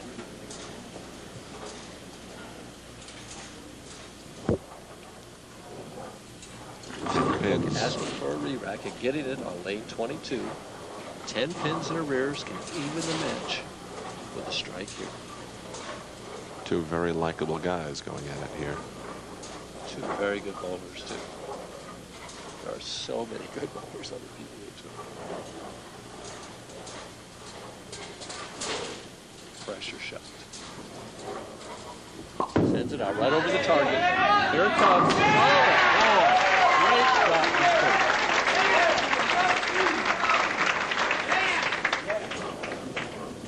Eyes on the target all the way. He knows it's there. Running it out. All right. That's the standard Steve Cook reaction, that backpedaling into the other lane. Steve can take the lead for the first time in the match with a strike here. It's been an uphill battle all the way. 2 open frames he's had a battle back from.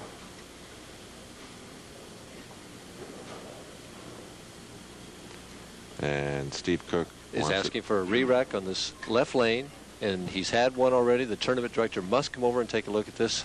Steve tells him what he thinks is wrong. And Harry, let's see, is he going to give it to him? I guess he is. Harry's sporting a new suit that he bought in Cleveland. Hope he got a good deal on it. They like this one.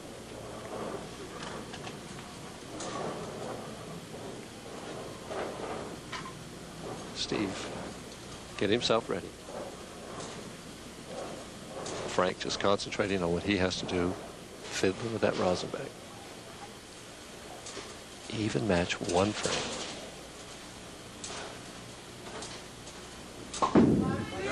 He's right there. Solid. Boy, what a great shot. I'll tell you what, that's why he's got such an impressive TV record. You just don't win that many games on TV without getting some strikes when you need them. Eyes right on the target. Right arm out for balance. Follow through straight through. He knows it's there. Yes. 10 pins ahead can increase it to 20. The potential of a tie match is here. Both players are potential 224. If they would strike all the way out, we would have a 2-frame roll-off. We haven't had that happen yet on USA this year. And I don't think it's going to happen here. One of these bowlers is going to, the pressure's going to reach one of them. I don't know which one.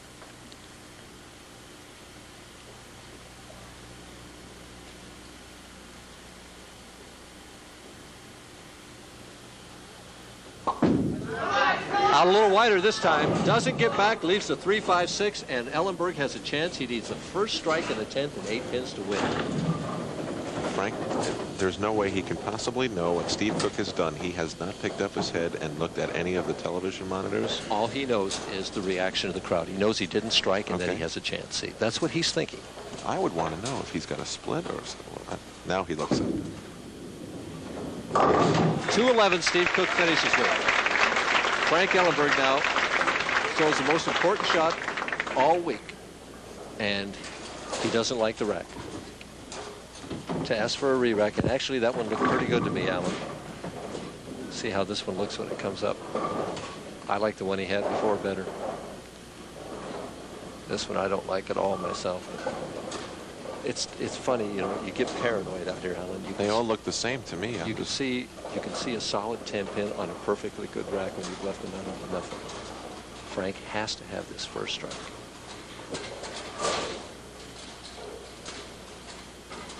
What he's telling himself is to stay down. Right over the fourth arrow. It's light and leaves the 7-pin. Cook has won. Frank hit the pocket, had a chance to strike. Steve Cook and he's left two terribly open, disappointed. Left 2 open frames, and he's going to win. Frank knows it's in the pocket. He's saying, come on, get that light hit. And the disappointment hits. There it is, that 1 pin. A strike there, and he finishes with 203. And Steve Cook goes on to bowl in the Brunswick Memorial World Open Championship against Steve Fair. And Steve Cook ups his championship round record to 17-5. Fantastic. Frank lets this one go and leaves a 4-pin for 202. 211 for Steve Cook. 202 for Frank Ellenberg. The championship game, it will be Steve Cook and Steve Fair. One thing's for certain, one of the Steves is going to win it. And we'll be right back.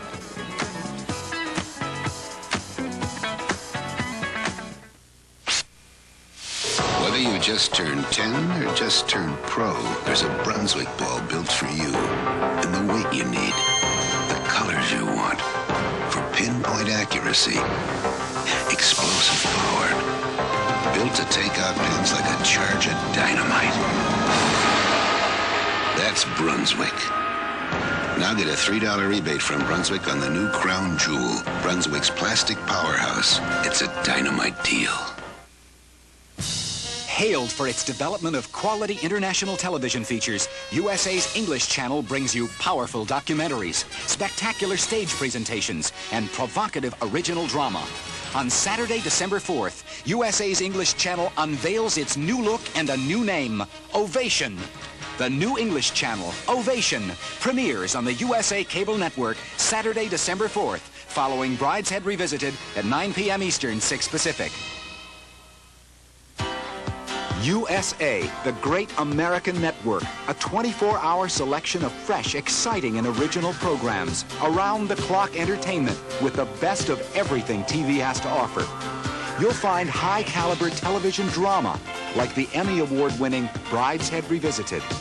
And USA delivers more Major League sports than anyone, including weekly contests from the high-powered NBA, America's only national coverage of the fast-paced NHL, Friday night boxing, Grand Prix tennis, MISL soccer.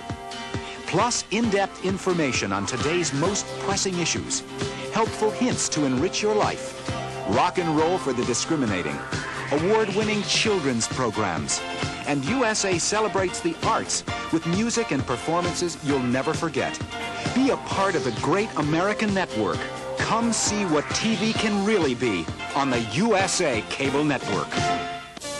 One of these gentlemen will receive a check for $15,000. The other $8,000. It's the championship game of the 1982 Brunswick Memorial World Open. Steve Fair on the right side will bowl against Steve Cook, who just was a 211-202 winner over Frank Ellenberg.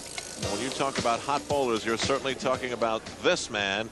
Certainly less in size than Steve Cook at only 5'9" and 153 pounds, but having already won his first PBA title back in Indianapolis, he is bowling with a great deal of confidence. And earlier I had a chance to talk with Steve Fair of Cincinnati, Ohio. Steve Fair has become a very familiar face on USA. Tonight he's making his 4th appearance in the TV finals. And Steve, I missed a few tournaments, but since I last saw you, you had your greatest success in Indianapolis. Sure did, Alan. It was a great thrill. Winning against Earl, or even winning against anybody, is a big thing when you're winning for the first time. So it was a big step for me. Now that it's off your back, can you look back and describe what the pressure was like to win, finally?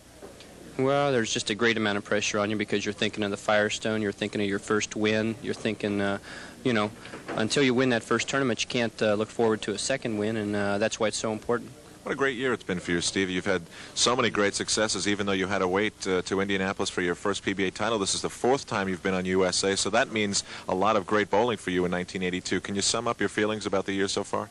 Well, it's definitely been a great year for me. I've got everything coming together at one time here towards the end of the season, and I think it's been a big help. I made a little change with my ball movement from the beginning of my approach, and ever since then, it's been things been falling right into place.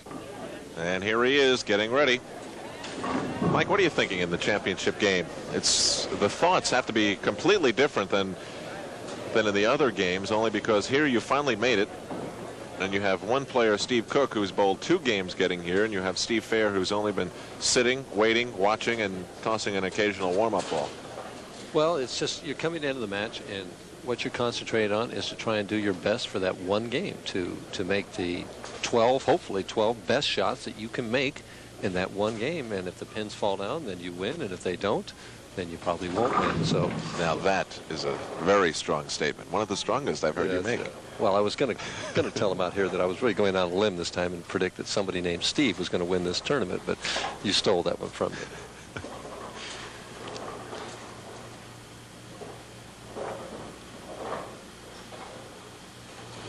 Fair playing closer to the 3rd arrow. And starts the best way you can. That's one of those 12 good shots. Few bowlers bowl with as much patience as Steve Fair. Holds that ball down, the wrist cup there too. Pushes the ball in steps, ball right in time. Follow through straight up with a very stiff left leg. He's getting some tape. Evidently the ball doesn't feel quite right, and he wants to put a piece of tape in it. Steve Cook right around the 2nd arrow. He's got a nice reaction there. He didn't actually hit his target perfectly that time, and the ball held up in the pocket. 2 shots, 2 strikes. It seems that when Steve Cook gets going on the show, that he just keeps it going. If you're going to get him, you better get him that first game.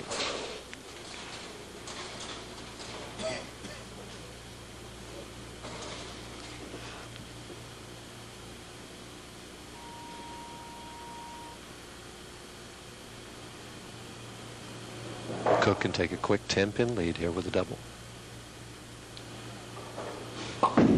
Lets it out. Here it comes. And is it going to fall? 6-pin stands. And Steve Fair sitting in the back, getting his ball ready, fiddling with his shoes, not paying any attention, like he could care less.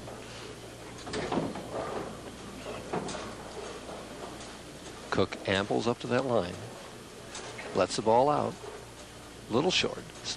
3-pin goes up there, and the 10-pin almost gets the 6 forward. Didn't quite do it. Cross lane at the 6. And has it.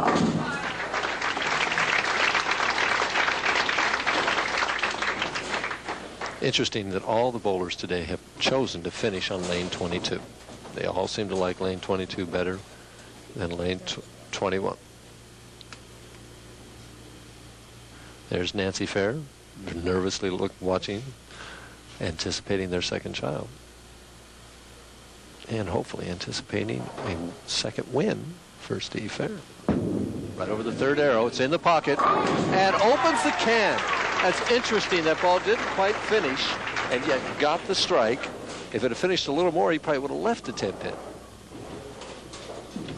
Takes a quick 10-pin lead, and that's 2 of those 12 good shots that he wants to make. 10 more to go. Steve has had 10 300 games in his career. A PBA member for just 1 year. His average this week, 220.5. I'm sorry, 224.3. There's that unusual grip with the index finger in as a conventional and the middle 2 fingers as a fingertip. Said he did that to take the pressure off of his index finger. He was getting a lot of pressure on his index finger as he leaves the 2-8. Has a difficult spare here. When he started doing that a number of years ago, it took the pressure off of his index finger, and he started bowling better. He said he did that way back when he went from the junior leagues into the adult leagues.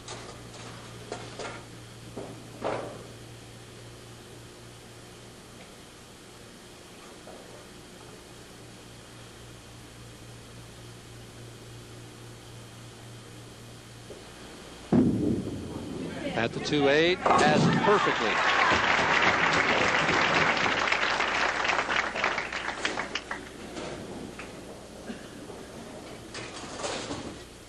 Cook was behind the whole match the last game until the 10th frame, so being behind is nothing new to him.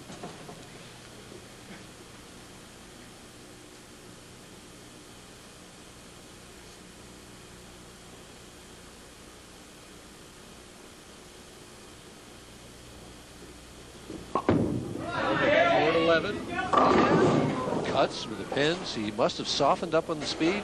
He leaves the 2-4-7-8. Very difficult spare.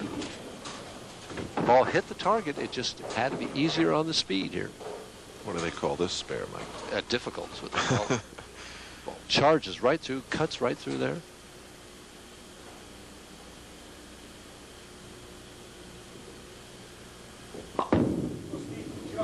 And perfect, great shot. He's made a couple of tough ones He tonight. certainly has. That spare was tougher than getting a strike right there. That was a very difficult spare. Steve trails by 12. Bowling in the 4th frame.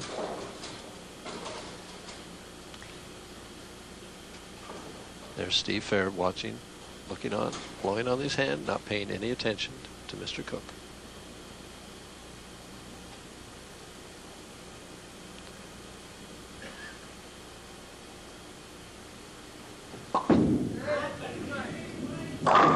Six pin again for Steve Cook on lane 21.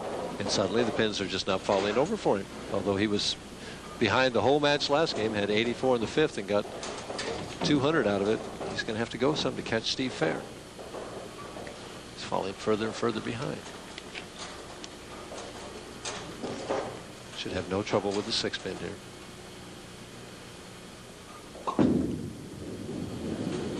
Has it.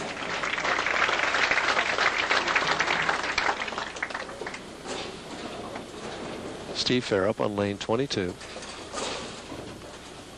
His favorite of the 2 lanes. Lane finishes a little bit better.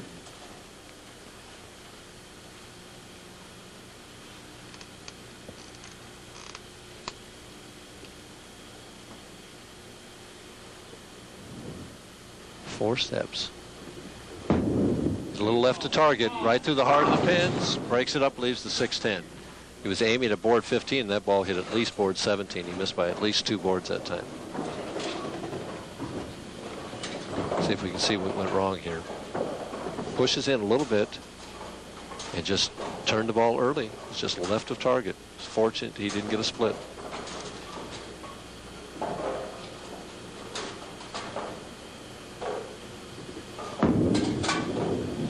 And has the 610 barely. Almost took them there to chop it. By a whisker. And it's an 11-pin lead now. Interesting that when Frank Ellenberg in the last game had the chance to put Steve Cook away, he threw it through the nose and got a split. And Steve Fair here had a chance to really put some heat on him. Threw it right through the heart and got away with it. Left only the 610.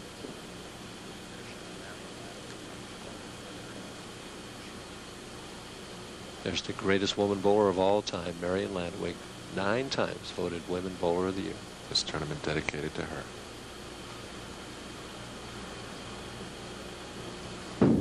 Steve Cook on the left lane, light again, and leaves the dinner bucket. That lane just will not finish for him. And Steve, I think I said Steve Cook, I'm getting my Steves mixed up here. Steve Fair. Steve Cook is definitely still in this match. It's down to a 7-pin lead, and he has a difficult spare. If you just stick with first names, you won't be far off. I better stick with last names. That's true, too. Mr. Fair and Mr. Cook.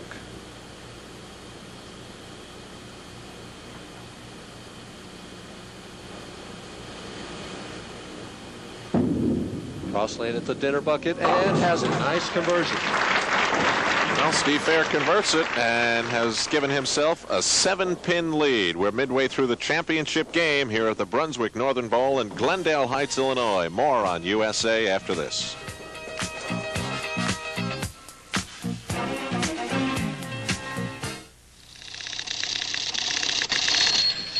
You know, for my money, every pair of slacks ought to be this comfortable. These are Levi's Action slacks. I own 4 pair now, and I'm convinced they may be the most comfortable slacks a man can wear. First, they have a hidden stretch waistband. It's a great invention. Second, the fabric gives for even more comfort. And now Levi's Action slacks will stay pressed. A washable permanent press that really stays pressed. You try them.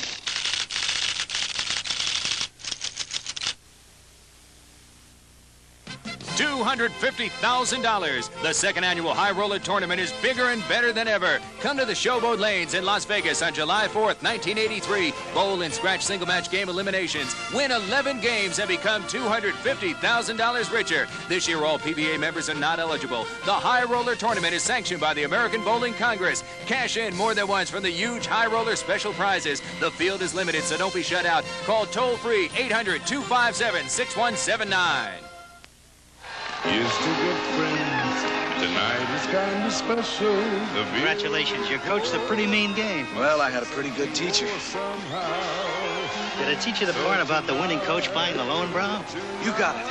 Give me 10 minutes. I gotta go yell at my players. When you want the taste of a truly great beer, tonight, let it be Lowenbrow. So tell me, what'd you say to your teacher? Told him we were out-coached.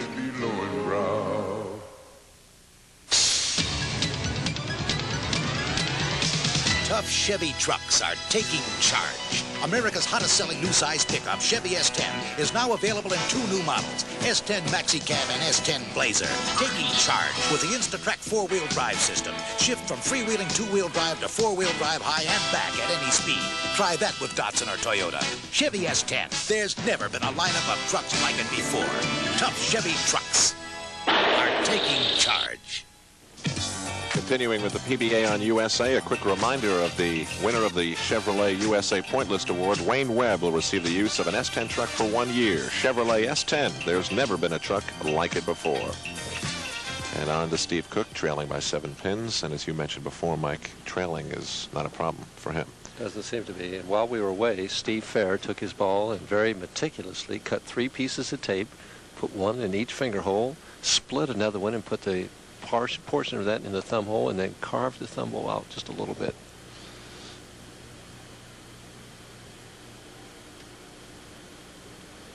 Cook went high here last time. More speed this time. And trips the 6-pin out with the 3-pin. Great adjustment. He never moved his feet from going high. He just increased the speed and got the results he desired. Last time he was slow on this lane. Watch the loft this time. Firmer all the way through. Watch the 3-pin. Goes to the wall and gets the 6 and the 10. Can take the lead for the first time in the match right here. On the lane, he's left 2 6-pins on. Sets himself. Boy, it's hot out there. You can see how much he's perspiring. And trips the 6, but leaves the 10. Or the 7. I'm getting mixed up here.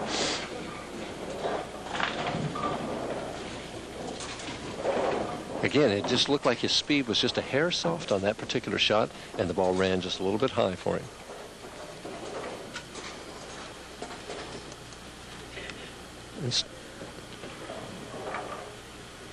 Mr. Fair blowing on his hand. See how he's got that thumb all patched up. Cross lane at the 7-pin and has it.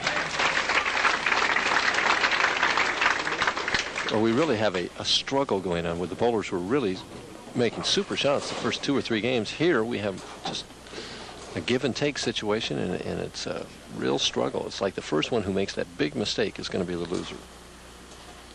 Nancy Fair, Steve's wife. I got a feeling she's going to be looking at a lot more of these championship matches. Steve gave that a little more room, still going high. And again, he gets a good break, leaving only the 4-7. He has not hit the pocket now in the last 3 straight shots. In fact, the last 4 straight shots. He hit the pocket the first 2 frames and hasn't hit it since.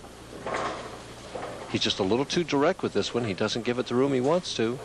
And the ball could have left a lot of things. Only the 4-7 is indeed fortunate, and it's down to 5 pins now.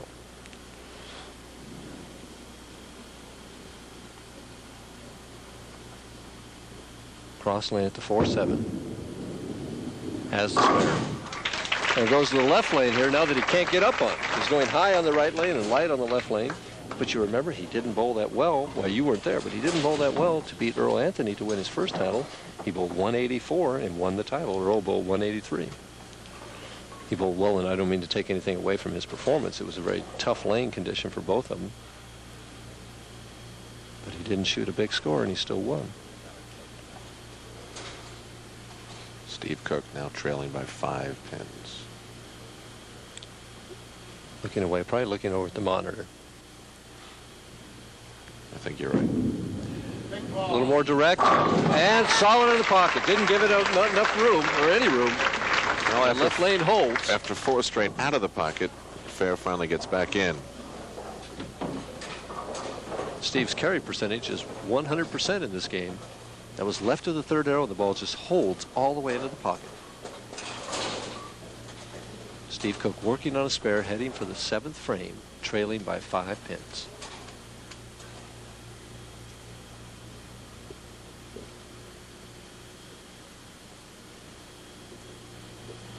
Uh-oh, way right of target. He really missed his target that time. And leaves the 6, 7, 10. It's just a poor shot. He didn't make the shot the way he wanted to make it. He's concentrating on the target, and he's just short. He knows it's high, hoping it'll hold, and it doesn't. What are you gonna do? That's about what he's saying. He made this once. He's got to give it another shot. And just goes by it. Doesn't make it this time. 120 in the 7th frame. He's now trailing by 20 pins. And if Steve Cook is going to bail this one out, he really is have to perform some magic.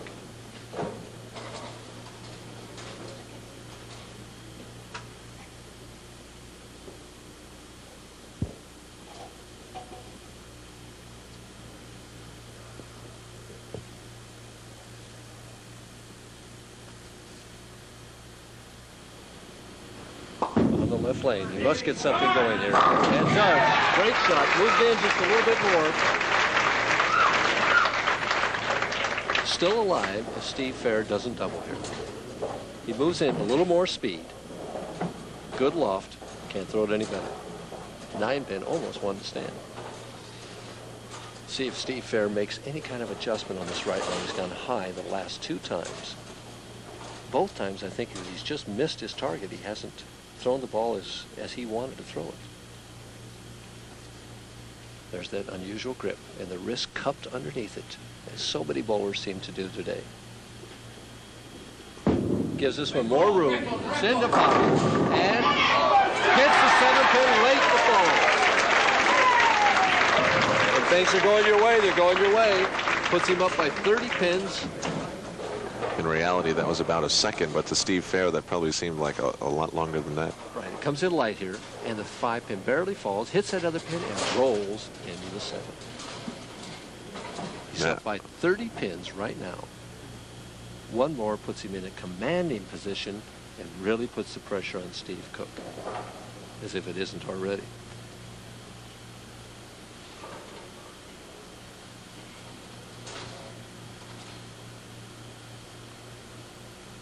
This lane's tighter.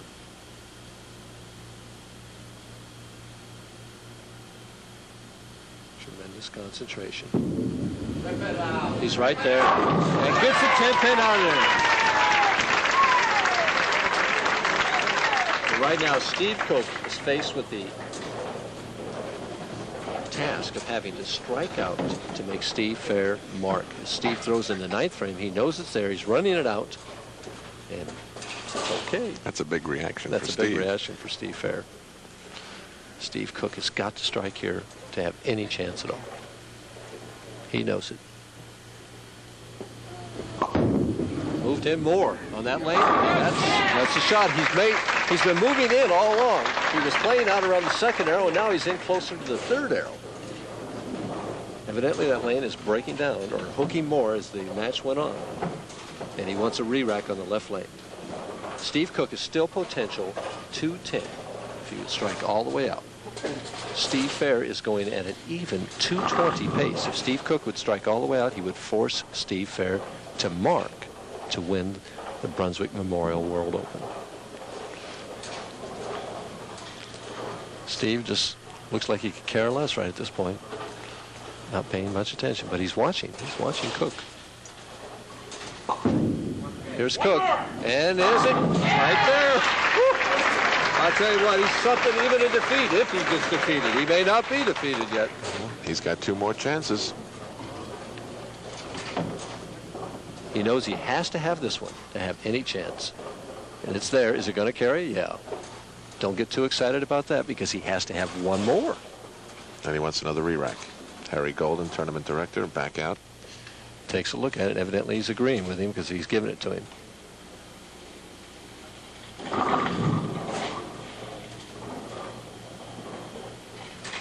I'm going to have to ask you to give me a lesson in this one day, because I look at them, they look the same all the time. And you tell me sometimes that the pin is a little off and this rack looks better than well, that see, one. You're not suffering from paranoia like I am. Maybe. Back to the match. Now, Steve Cook must have this one. This one forces Steve Fair to mark, assuming he gets a good count.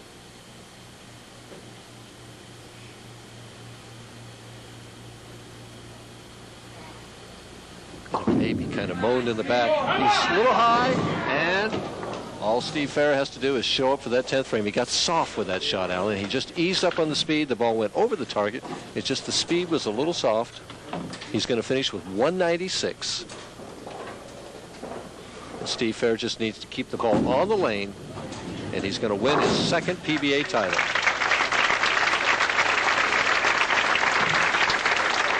Steve Cook shakes his hand already.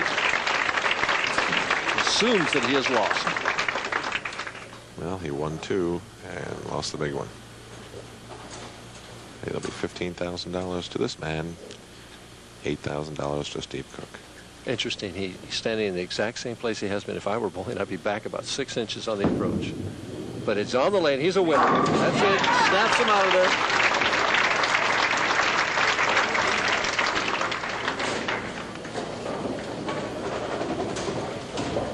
That's enough. He's won the match already. He has 200 if he doesn't throw another ball. And Nancy knows the score. Plenty of money for that new baby on the way. Right.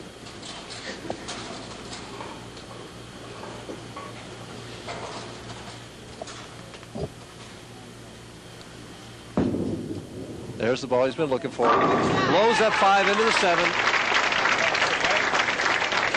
His carry percentage has been 100%. He's hit the pocket 7 times and has 7 strikes.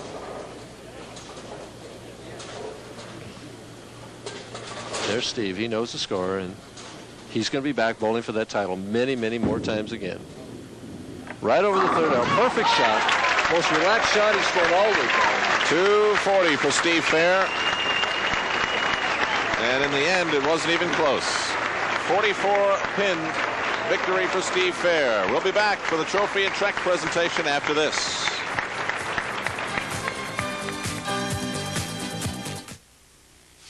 Whether you just turned 10 or just turned pro, there's a Brunswick ball built for you in the weight you need, the colors you want, for pinpoint accuracy, explosive power, built to take out pins like a charge of dynamite. That's Brunswick. Now get a $3 rebate from Brunswick on the new Crown Jewel, Brunswick's plastic powerhouse. It's a dynamite deal.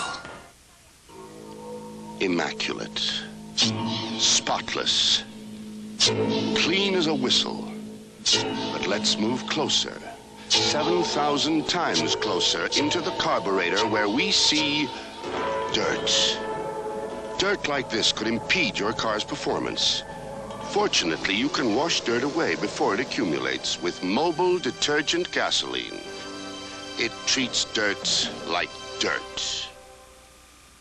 A burning rivalry that's been stoked by off-season defections explodes this Sunday on a special edition of USA's MISL Indoor Soccer. The sizzling St. Louis Steamers head into an emotionally charged Kemper Arena to do battle with their arch foe, the fiery Kansas City Comets. Get in step with a very special edition of MISL Indoor Soccer, St. Louis and Kansas City, live at 8:30 p.m. Eastern on the USA Cable Network. Our coverage will not be seen in the St. Louis and Wichita areas.